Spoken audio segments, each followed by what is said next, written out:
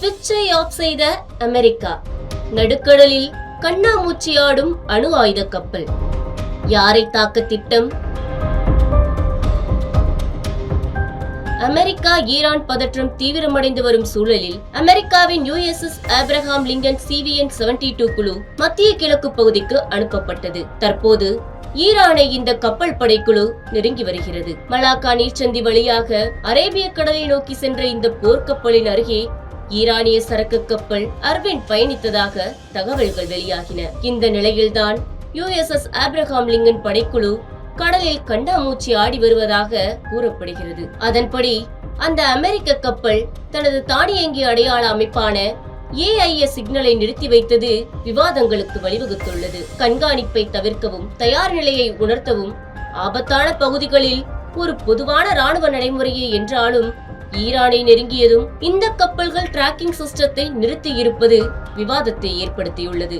Iran மீது America எப்போது வேண்டுமானாலும் தாக்குதல் நடத்தலாம் என்று கூறப்படும் நிலையில் அமெரிக்காவின் இந்த முடிவு கவனம் பெற்றுள்ளது. அமெரிக்கா ஈரான் இடையே நிலவும் கடும் பதட்டங்களுக்கு பதிலளிக்கும் விதமாக எடுக்கப்பட்ட இந்த நடவடிக்கை மத்திய கிழக்கில் புதிய கவலைகளை எழுப்பியுள்ளது. அணுசக்தி மூலம் இயங்கும் இந்த சூப்பர் கேரியர் அண்மையில் தென்சீன கடலில் வழக்கமான பயிற்சிகளின் ஒரு பகுதியாக நேரடி துப்பாக்கிச்சூடு மற்றும் எரிபொருள் நிரப்பும் பயிற்சிகளை மேற்கொண்டது.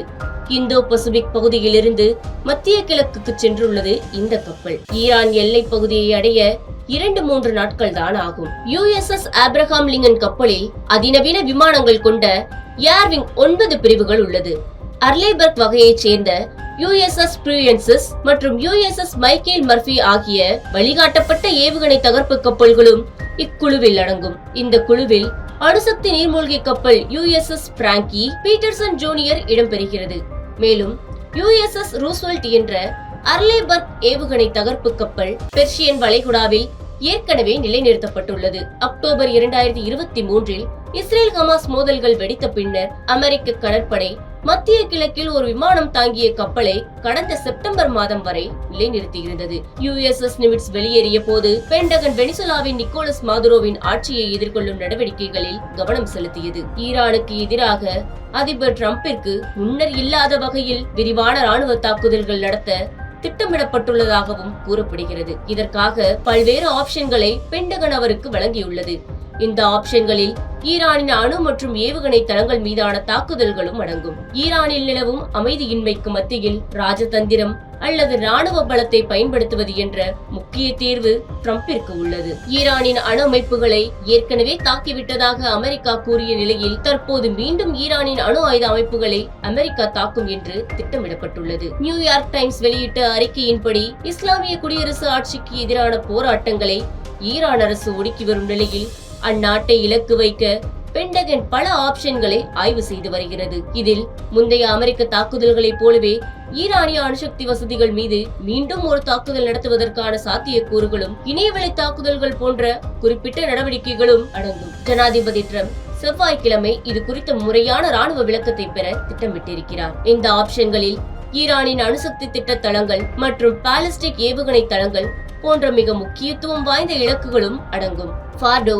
நடன்ஸ் மற்றும் இஸ்பஹான் ஆகிய அணுசக்தி வசதிகளை இலக்காக கொண்டு ஜூன் 22 அன்று நடந்த B-2 குண்டுவீச்சு விமானங்களின் தாக்குதலை விட இவை மிகவும் விரிவானதாக இருக்கலாம் என்று எதிர்பார்க்கப்படுகிறது. மற்ற ஆப்ஷன்களில் இணையவழி தாக்குதல்கள் அல்லது வரையறுக்கப்பட்ட ராணுவ தாக்குதல்கள் ஆகியவை அடங்கும் என ஒரு அதிகாரி விவரித்தார். இத்தாக்குதல்கள் இஸ்லாமிய புரட்சிகர காவல் படையின் IRGC-யின் தலைமையிலான ஈரானின் உள்நாட்டு பாதுகாப்பு அமைப்பை, குறிப்பாக போராட்டங்களை அடக்குவதில் ஈடுபட்டுள்ள பசிச் மிலிசியா படைகளை குறிவைக்கும். பரந்த ராணுவ மோதல்களை தூண்டாமல் ஒரு தடுப்பு செய்தியை அனுப்புவதே இதன் நோக்கம். ஈரான் மீது அமெரிக்கா எப்போது வேண்டுமானாலும் வான்வெளி தாக்குதல்கள் நடத்த வாய்ப்புள்ளதாக அச்சம் நிலவி வருகிறது. இதனால் அங்குள்ள அமெரிக்க மக்களை வெளியேற்றும்படி அமெரிக்கா உத்தரவிட்டுள்ளது. ஈரானில் நிலவும் அமைதியின்மையை உன்னிப்பாக கண்காணித்து வருவதாகவும் சாத்தியமான தாக்குதல்கள் ஆப்ஷன்கள் குறித்து ஆலோசிப்பதாகவும் அமெரிக்க அதிபர் டொனால்ட் ட்ரம்ப் தெரிவித்தார். ஈரான் உச்ச தலைவர் அயதுல்லா அலி கமெனி தலைமையிலான ஆட்சிக்கு எதிராக 2022 ஆண்டுக்கு பிறகு நடைபெற்று வரும் மிகப்பெரிய நாடளாவிய போராட்டங்களின் 3வது வாரத்தை எட்டியுள்ளது. தொடர் போராட்டங்களை ஈரான் எதிர்கொண்டு வரும் நிலையில் அமெரிக்காவின் இந்த நிலைப்பாடும் வெளியாகியுள்ளது. நாங்கள் ஈரான் விவகாரத்தை மிகவும் தீவிரமாக பார்த்து கொண்டிருக்கிறோம். ராணுவம் அதை பரிசீலித்து வருகிறது. மேலும் சில வலுவான விருப்பங்களை நாங்கள் ஆராய்ந்து கொண்டிருக்கிறோம். நாங்கள் விரைவில் ஒரு முடிவுக்கு வருவோம் என்று ட்ரம்ப் தனது மார் எலாகோ இல்லத்திலிருந்து வாஷிங்டன் திரும்பிய போது செய்தியாளர்களிடம் கூறியிருந்தார். Subscribe to One India and never miss an update.